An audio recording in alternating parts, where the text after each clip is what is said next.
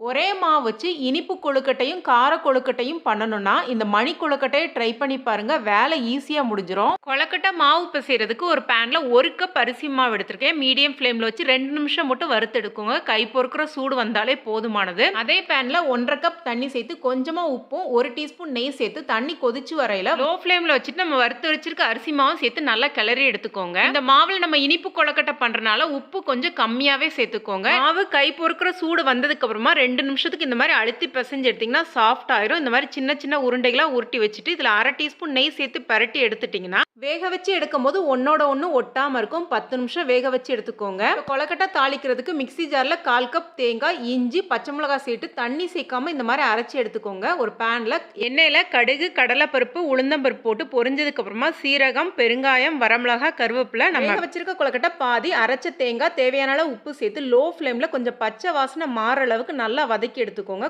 கொத்தமல்லி தழை தூவிட்டு கேஸ் ஆஃப் பண்ணிட்டீங்கன்னா கார மணி கொழுக்கட்டை தயாராயிருச்சு. மீதி இருக்க கொழுக்கட்டையில பார்த்தீங்கன்னா நம்ம இனிப்பு கொழுக்கட்டை பண்ணலாம். ஒரு பேன்ல 1 டேபிள் ஸ்பூன் எள்ளு சேர்த்திருக்கேன். எள்ளு நல்லா பொரிஞ்சதுக்கு அப்புறமா 1/4 கப் துருவன தேங்காய், 1/2 டீஸ்பூன் நெய் சேர்த்து லைட்டா வதக்குனதுக்கு அப்புறமா 1/4 கப் வெல்லம் கூடவே 2 டீஸ்பூன் தண்ணி சேர்த்துட்டு லோ ஃப்ளேம்ல வச்சு வெல்லம் நல்லா கரைஞ்சதுக்கு அப்புறமா ஒரு சிட்டிகை ஏலக்காய் தூள் சேர்த்து மீதி இருக்க கொழுக்கட்டையும் சேர்த்துட்டு நல்லா கிளறி எடுத்தீங்கன்னா இனிப்பு மணி கொழுக்கட்டை தயாராயிருச்சு. இது சாப்பிட்றதுக்கு எள்ளு மணத்தோட ரொம்ப நல்லா இருக்கும். கண்டிப்பா ட்ரை பண்ணி பார்த்துட்டு கமெண்ட் பண்ணுங்க. வீடியோ பிடிச்சிருந்துச்சுன்னா லைக் பண்ணுங்க. நன்றி, வணக்கம்.